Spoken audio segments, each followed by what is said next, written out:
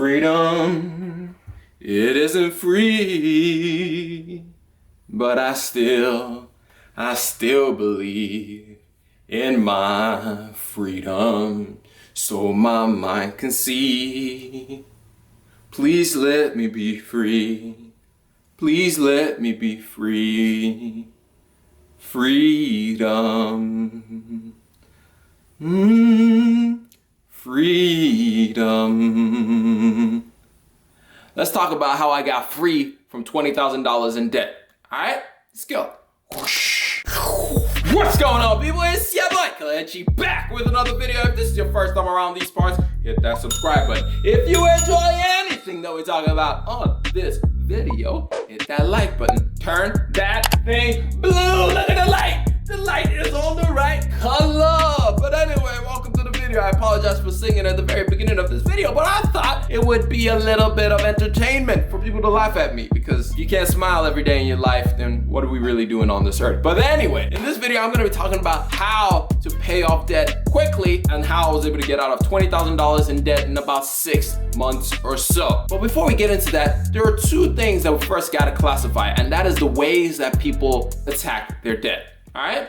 So if we think of debt as climbing back of a hole that we dug for ourselves, I believe everyone falls into two categories of people. On one side, we have your shovelers. These are people that have low income potential, or rather have low income up front right now. All they're trying to fill their hole back up with is with shovel. On the other hand, you have your tractor people. These are the folks that have a higher income, so they're able to dig themselves out of the hole a little bit faster. However, there's something to keep in mind with both categories of people. The thing is, with high income earners, those who have the caterpillars, those who have the earning potential to make a lot of money, problem is they don't notice their debts until it gets into the 5 figures, until it gets into the 6 figures, until it gets sometimes into the 7 figures before they start paying attention and realize, oh snap, I need to deal with it. On the other hand, you have the shovel. These are the people that tend to have to do multiple different things in order to meet ends meet, which means that their problem is going to be an income issue. Not really necessarily just focused on the debt, but the way that they'll be able to pay off the debt, all about the income. On the other hand, the high income earners, their problem is all about the way that they're living their life current. It's all about the flamboyant lifestyle that they have chosen. And so with that baseline understanding, now we can decipher how exactly to attack your debt. So first, we'll start off with those who do not exactly have a whole lot of money coming into their bank account every single month, who are trying to just do multiple things to be able to survive, which means that your limiting factor is time. Time is the greatest resource that you have, and at the same time, it's the one thing that's going to limit you from being able to pay your debt as quickly as possible, because every single one of us gets 24 hours in a day. And so now we have to find ways to make each hour we spend doing anything worth more. What I like to say is find ways to double dip. Find ways to do something that doesn't require a whole lot of brain energy, while at the same time you can do something else that requires some brain energy. For example, at one point when I was in college,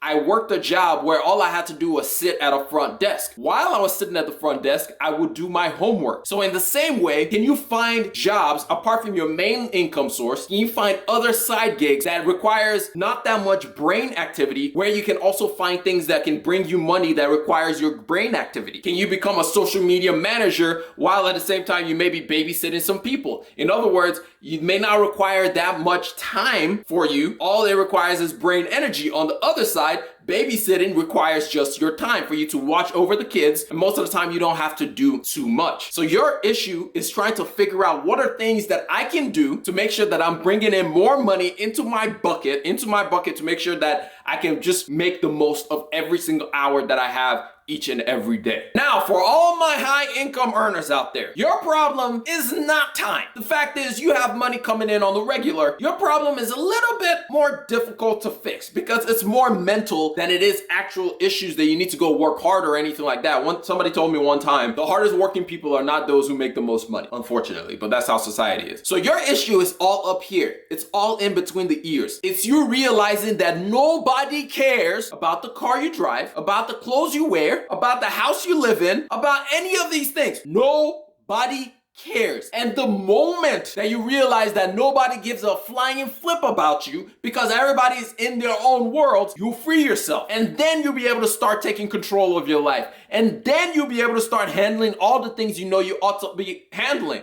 you'll be able to pay off your debt faster because you can eliminate all the excess that you have in your account. You can eliminate all the things that are costing you way more money than they should. But it comes down to your mentality. If you don't fix what's in between your ears, and there's nothing I can do for you. Now that we all know where we are on the spectrum, let's get down to the tactics. Step 1 of this tactics is to write down every single debt that you owe. From the largest to the smallest. Write every single debt down. I don't care if you owe Bob down the street $10. Write every single debt down. From the largest one to the smallest one. Write everything down and then see it. Embrace it. Look at it and embrace it. Because this is your starting point to freedom. Step 2, make a budget. I feel like I say this every single time we talk about personal finance in some shape or form, because a budget is your plan. And like my dad always said, if you don't make a plan, planning to fail. So this way we're given distinctions into where our money needs to go, into the priority of where our money needs to be going every single month. A budget is key for you to get to where you're trying to get to. And then step 3 is decide the route you want to take when it comes to paying off the debt. You can use the debt avalanche method or you can use the debt snowball method. If neither of those words make any sense to you, check out this video up here where I explain exactly what a debt avalanche is and what a debt snowball is. So basically, decide one of those 2 tactics and then follow through. And then it's just gonna come down to focus, focus, focus, focus. For a time period, you're not gonna be able to do the things that you wanna do.